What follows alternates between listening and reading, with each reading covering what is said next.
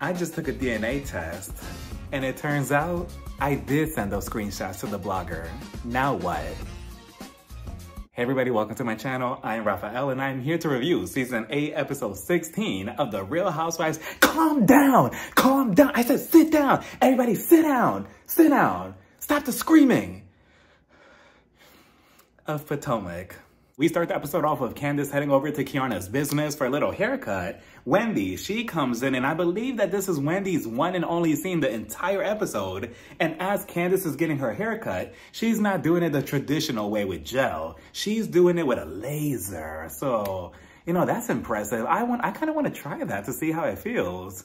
Kiana, do you do booty hole if I'm ever in the area? So Wendy, it's her turn to do it. And there's certain words that I do not like using because they make me feel icky, and underarms and armpits are two of those words, and that's what Wendy is getting done. She starts talking about her talk show, which I completely forgot about this whole entire season. You know, because one second she's working on candles, she's writing a book, she wants to open up a bar with Peter Center Peach Thomas, and now she wants to do this. But she's having trouble trying to find guests to come onto her show, which I'm surprised because recently I saw that she had LaToya Robertson on her show, and that's pretty big. So, you know, if anything, Wendy, you could have me as a guest on your show. You know, my booking fee isn't much.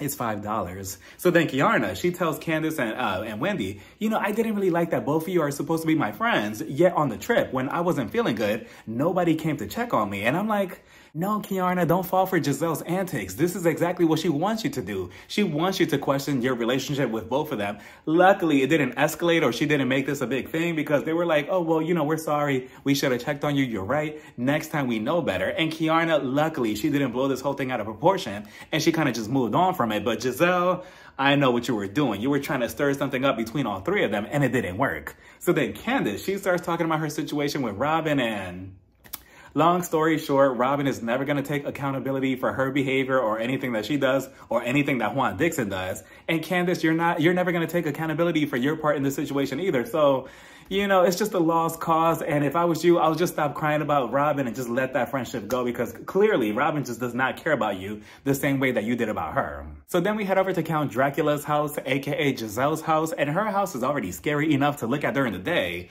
But at 6 o'clock in the morning, it's a whole different type of spookiness from what I saw. I would not want to be standing in front of her house at that time with no flashlight, no nothing, because I would have mistook her house as a monster. You know, because her house has a lot of shapes. It has a couple of hexagons, triangles, trapezoids, squares, and all of that in the dark, it could look like something scary. So absolutely not.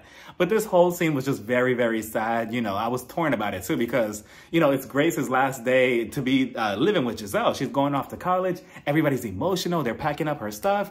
And Giselle, you know, one moment I'm looking at her where her daughter's like, oh, look at her being so loving and sweet. And then I flip over to, she's about to be messy by the end of the episode, though, so this doesn't really matter. And then I switch back to, oh, look how cute and loving she is. Maybe she isn't a terrible person. And then I switch back over to, oh, but she's still holding those grudges to Wendy and Candace. So, you know, you just got to take the good and the bad with Giselle, right? So then we head over to Robin's house, and she's having somebody come over, and my hands started trembling. My knees started shaking. I'm looking at Robin as she's opening the door like, please don't tell me it's her. Please don't tell me it's her. She opens up the door all the way, and it's her.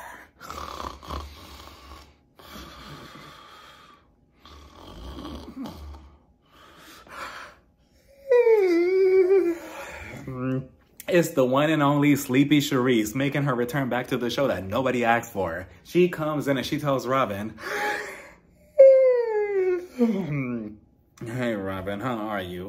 Where are we filming the show? We're filming in the kitchen? Okay, can I take my shoes off here? Do you have any champagne? Where's Juan Dixon? Robin, she tells us that Juan, he took the boys out to the gym. I'm pretty sure that the real story was that her sons were upstairs in their room sleeping peacefully. Juan, all of a sudden, he saw the production team entering the house. They were setting up the cameras ready to film a scene in the living room. All of a sudden, he ran to their rooms like, oh no, I'm not filming with Robin. Kids, wake up, wake up. I'm gonna buy you ice cream, shoes, clothes, whatever you want. I'll get you a new phone. Let's go, let's go. We're gonna go to the library, the gym. Let's go. Put your equipment on. Let's go. Let's run.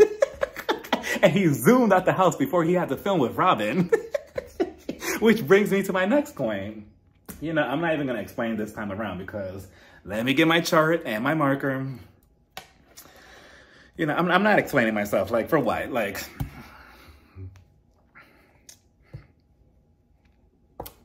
It is what it is. But then Ashley, she comes on over. Charisse, she starts telling both of them, you know, I went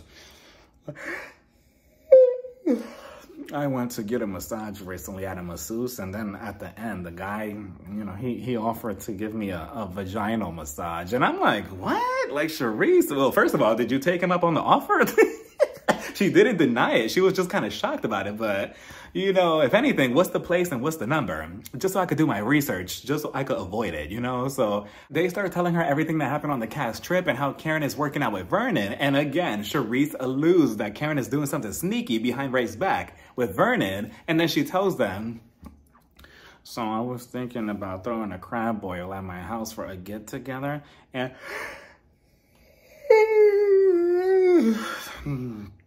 I was thinking, you know, maybe I could invite Jacqueline. That's Mia's best friend. You know, me and her are close to.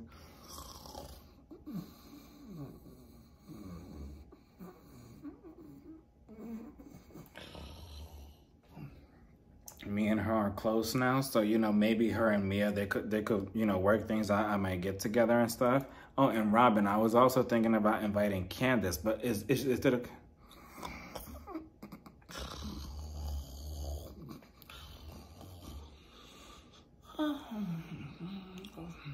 Fuck Karen Huger. Fucking Karen. I'm the grand dame. I was thinking of inviting Candace. What do you think? And Robin is just like, yeah, it's fine. It's okay. Like, I don't really care. I'm going to act immature regardless if we argue anyway. Giselle goes over to Karen's house and Karen is making her some cookies. Did anybody see how she was cutting the cookie dough with the plastic on? Like, what is that about, Karen? Is Vernon working you out a little bit too much? But she starts telling Giselle, I saw your video online that you uploaded of you crying because Grace went off to college. I do feel for you. You look pitiful. I'm like, now how are you trying to be comforting, but you're also calling her pitiful? And Giselle is just like, yeah, I understand. You know, she's off, but, you know, I'm trying to keep myself together. And of course, she gets right to the mess. So, you know, as a good friend, you know, me and you were trying to work on it. I want you to come to this event with me that your other friend, your ex-best friend, is actually throwing, Sleepy Charisse. You know, she's doing a crab boil. And, you know, I want you to be my guest. Karen, she was just like, absolutely not. Me and Charisse do not get along right now. We are not going to get along. We are not friends. I am not going over to that woman's house ever again. So since Giselle can't get the fight that she wants between Sleepy Charisse and Karen, she moves on to the next victim. And she's like, so Jacqueline is coming over. And, you know, Jacqueline used to be best friends with Mia. So I feel like that's going to be a good thing. That's not going to be a good thing. You know, of course, Giselle, she says it's going to be a good thing because she wants mess and chaos, right? Also, the reason why my review for the Real Housewives of Beverly Hills Reunion Part 2 video isn't up yet is because I typically record for the Real Housewives of Beverly Hills on Thursdays. But this past Thursday, I went to the Madonna concert. It was my first time seeing Madonna in person. What an honor. But, you know, the following day, I tried to record and I just had no energy whatsoever. I was so exhausted from the night before. It was a good concert. I was just so happy to see Madonna in person. I love her music. I officially have seen all three of my mothers live in person. I saw Mariah Carey last year. I saw Beyonce last year. And now I saw Madonna. So that's the Holy Trinity, and I'm happy. The concert was really good. This was the first time I ever went to any like big event like this by myself. I kind of had anxiety going into it, like, okay, like what's gonna happen? I don't know, is it gonna be uncomfortable or awkward? Like, I'm just not used to going to places like this by myself, but I mean, I'm not giving up on Madonna, right? My anxiety and nervousness was there, but I think that the people really helped me out with that because, so my outfit that I wore to the concert was one of Madonna's infamous look from the Blonde Ambition tour. It's the infamous gold yellow cone bra look. I'll put a picture right here. So as soon as I showed up, I kid you not, maybe like 2 minutes after getting there, everybody was asking for a picture with me and it was very surreal. I'm like, wait a minute. Am I the new Madonna? Like, it was very crazy. Like, the first person was just like, oh, can I get a picture with you? Because of my outfit. They love the outfit. And I'm like, oh, okay, sure. So we took a picture. And then the next person, the next person, the next person. And then there was a line of people. And I'm like, okay, what is going on? What's happening? Is this what it's like to be famous? So, you know, that really helped me because I thought I was going to feel lonely and alone going to a big thing like this with so many people, but I have nobody to talk to. But, you know, I feel like it kind of just rubbed off on me, and everybody's, you know, was very, very sweet. And it just made me feel like, okay, in the future, if I do have to go to a concert by myself, I can do that because I went to the concert, I sat in my seat, I took pictures and videos by myself, and I was completely comfortable. Something that I'm not really comfortable doing, you know, in a public setting like that. But I was completely okay. The concert was so much fun. Madonna, again, it's an honor to see her in person. And I think that the emotional aspect of seeing her is because me and my mother, we connect a lot through Madonna. She loves Madonna. You know, she always tells me when I play her music, you know, it's crazy that you love all her music from, like, you know, back then where you weren't even born. You know, I remember being a little girl, I was listening to Madonna, and now you love her. And I love that connection that we have because of her music. And I remember towards the very end, the last two songs, I almost started crying. My eyes got teary-eyed because I started remembering my mom.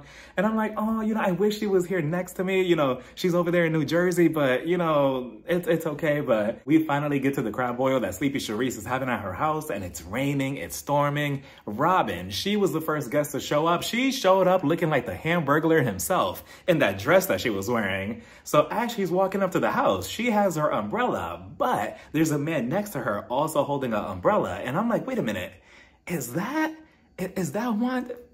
Let me get my chart. Let me get my marker because maybe I wrote the wrong information earlier, right? Maybe he is in the episode. But as I started watching, I'm like, wait a minute. That's not Juan. He's too tall. And he's walking closer. And then they put at the bottom, it's Charisse's son. Honestly, I should have known better because we all know that Juan would never hold an umbrella for Robin. It could be storming outside and he'll just look at her like, yeah, crazy weather we're having, huh? Do you have your umbrella, honey? But, you know, come to find out that his name is Jackson. Either I forgot or I did not know that Charisse had a son, but he is a very, very beautiful person. Like, whew, Charisse. Wait a minute. Maybe we should give Charisse another shot. Maybe she should come back next season as a housewife. I don't know. I feel like we were all a little too hard on her, right? You know, walk with me, because then she'll have to film scenes with him and then we'll see more of him, you know, put two and two together. But I'm here for Charisse. Charisse is my favorite housewife. Candace showed up next and it was pretty awkward between her and Robin because clearly they're not speaking to each other, right? And I thought that this whole Jackson holding the umbrella for the guests was just a one-off thing with Robin, but it was for every single guest that kept coming to the house. He kept having to go out in the rain, come back, go out, come back. I wish I would walk around like I'm Farnsworth Bentley with the umbrella like next to every single guest. Like, absolutely not. I would have told Sleepy Charisse, look, Mom, I understand that you want me to be respectful, but I'm not doing it for Giselle. I'm Team Monique. You know, Giselle, she showed up. And again, it was awkward between her and Candace because Candace and her, they don't speak either. So it must be very awkward for Candace because Wendy, she's not there because, you know, she's in LA doing, you know, big things. You know, she's receiving awards, you know, trophies and stuff. She doesn't have time for Charisse's dusty crabs. So that's that. And Karen, apparently now her or Ray, they have allergies to crabs. Karen, come on right here. Just say that you want to spend time with Vernon and call it a day. Now you're making up allergies. But, you know, that was that. Candace is trying to maneuver awkwardly through the small space that they're in. And then I believe Jacqueline comes in. And just like I said before about Kiarna, why is Jacqueline not a full-time housewife? Then we see Ashley. Ashley showed up. She still has no money from Michael. And then they're all sitting down, right? We see Aneka. Aneka shows up, but she shows up with a little sash and the crown that Giselle gave her when she crowned her the new Grande Dame like 2-3 episodes ago. She brought that to the party.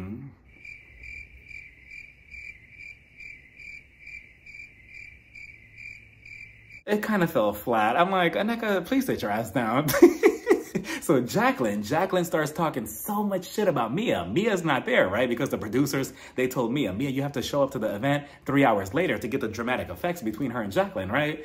Jacqueline is talking so much shit like, yeah, she should be fucking a rapper. She needs some dick. She has no money. I can't stand Mia. She's a fake ass hoe. She's this, that, and the third, right? The second that she hears, hi, everybody. Hi, Jacqueline. All of a sudden, Jacqueline is like,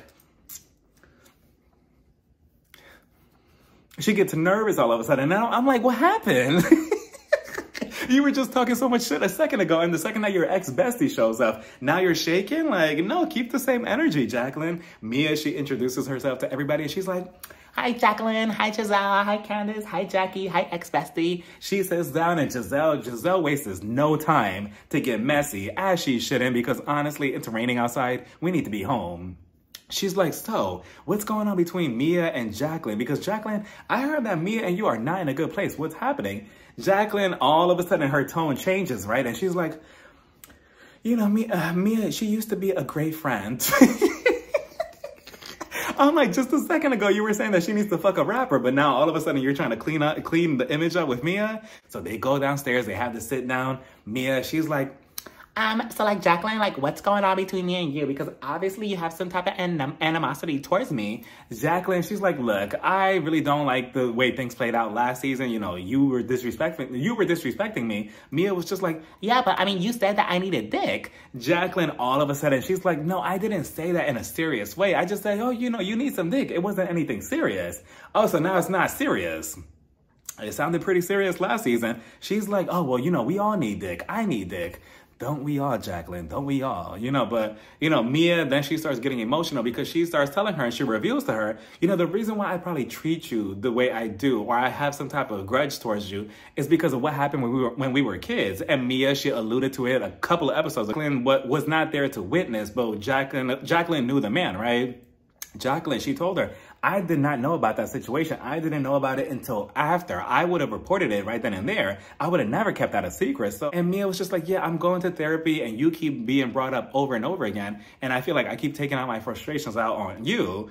And this is a real honest conversation. I personally don't think that Mia is using this as a reason to be a bitch towards Jacqueline. I really do feel like people could hold grudges like that towards other people for situations like this. And sadly, it could be a misunderstanding and they just need to, you know, try to work on that. That's why I feel like Jacqueline should have been on the show full time. So they could have been face to face, but you know, that's that they came to some type of understanding and, you know, Mia was just like, you know, should we hug? Jacqueline was just like, I'm not sure yet, but at least they're in talks, right? You know, to be in a better place. Back at the table, everybody's not a fan of the crabs that they're eating. I'm not a fan of seafood at all. I think it's all gross, but they're trying, right? They're like, it's so good, Charisse. Tasty. So sleepy Charisse, she tells Candace, so what's going on between you and Robin? I noticed that you two are not talking. Candace, first of all, Charisse, you set this whole thing in motion, right? Candace, she was just like, well, you know, it's funny that Robin, you want to play that you're all squeaky clean in this whole situation between me and you and that I'm the problem. Yet I just found out that you've been sending screenshots of our text messages to bloggers and I have proof of it. And I'm like, oh, so Robin, oh, I don't like that. You know, you're talking about me on social media. You're basically doing the same thing. And how come Ashley or Giselle or anybody else at the table didn't call out Robin right then? You know, because again, like Candace says, the goalpost is always moving. Like, you know, if Candace was the one doing the same thing and sending screenshots to bloggers, we would never hear the end of it with Robin or Giselle. But now because it's Robin, you know, nobody cares. So then in the confessional, we see Candace, she has a little recording of I'm assuming it's the blogger, right? Because I'm not sure if they altered the voice or whatever, because the voice, the voice was kind of nice. You know, it was just like, yeah, you know, I have screenshots of your messages with you and Robin. And I'm like, Darth Vader, is that you? But you know, Robin and her, they get into it. They start screaming into each other because Candace is like, you're a hypocrite. You're a hypocrite. You always want to say that I'm the issue, but yeah, look at what you're doing.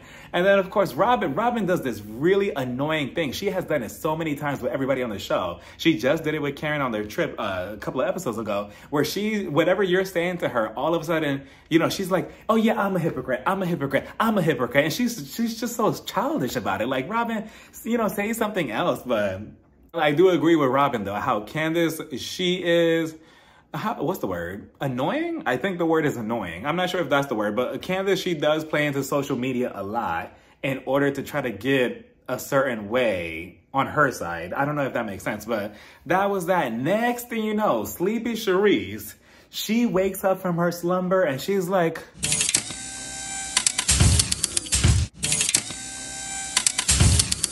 Charisse mode activated, go off in 3, 2, 1. Everybody calm the fuck down. Stop it. Stop screaming. Stop it. Stop.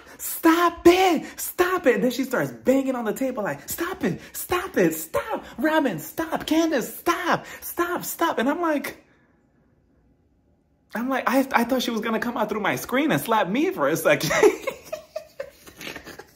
I'm like, Charisse, calm down. What was in the crabs? You know, is it a special ingredient or something? Like, what is going on here? You know, what is happening? I know the crabs were probably looking at her like, what is going on with her? Oh my God, I think she just broke the table. She just broke that crab's leg. Yeah, I'm scared. Let me move over here to Giselle's plate because this is getting scary. What is going on here? Oh, can somebody eat me, please? Giselle is just laughing the entire time and she's looking at Charisse like, is she drunk or something? And you know what it reminded me of? The way Charisse was going off?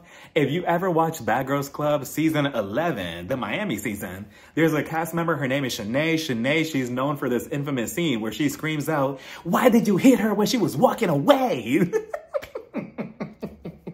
Same energy, same energy. I was just waiting for K. Michelle to come out of nowhere like, ooh, this bitch is shaking the table.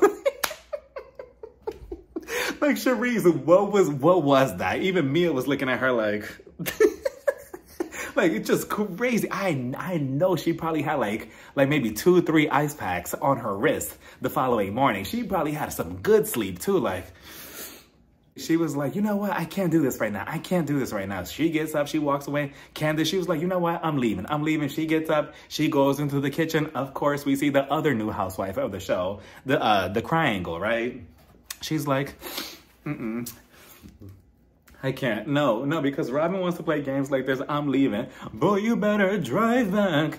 Drive back. I'm not doing this. I'm leaving. I have a flight to catch anyway. And I'm like, oh, okay, Candace, Miss Booked and Busy. And all of a sudden, she starts going through Charisse's fridge. I'm like, what's going on? Just because you're upset, you can't just go through other people's stuff like that. Charisse is cooling down, and you know she's standing there like, yeah. Well, I so took over that scene. Like, I know the producers are gonna ask me back as a full-time housewife for next season. Like, I just gave them one of the best scenes this whole entire boring season. Yeah, I mean, my wrist is a little dislocated, and I think I broke a bone, but it's gonna be worth it in the end. Candace was like, you know what? I'm leaving. Goodbye to anybody that matters. And then she left. That was that. And Charisse had the nerve to sit back down, and she's like, you know, I just want everything to be peace. I'm like, Charisse, it's too late now for that. You know, we have nasty crabs. We have Robin and her lies. We have bloggers. Candace leaving, you know, crying and stuff. You banging on the table. Like, this whole thing is just ruined. And it's raining outside. Absolutely not. You know, I know Karen is probably watching this from home you know, in her bedroom. Like, you know, she's probably laying next to Ray. She's like, oh my God, what is going on with Charisse? Thank God I didn't come to the event. And that's that. But did anybody see the preview to next week? Because I was very curious if they were going to go, you know, if they were going to show the fight that happened between Kiarna and Tickle Me Elmo. And I am hoping that, you know, it's not all this hyped around it. And then when we finally see the footage, you know, the screen is going to go black and all we hear is like the commotion in the background and we don't see anything. Like, no, if anything, the first 2 minutes should be, you know, the show that Giselle and Ashley are going to put on. And then for 45 minutes, I want to see all about the fight. Like, I don't want to see anybody doing anything at home. I don't want to see any of that. I just want to see what's going on with, you know, Kiarna and Tickle Me Elmo. You know, because obviously next week's episode is brought to you by the letter A for ass beat. So that is crazy. We're going to see what plays out with that, but we'll see what happens. But let me know what you all thought about this whole entire episode and Charisse's meltdown down in the comments. Bye, everybody. Mwah.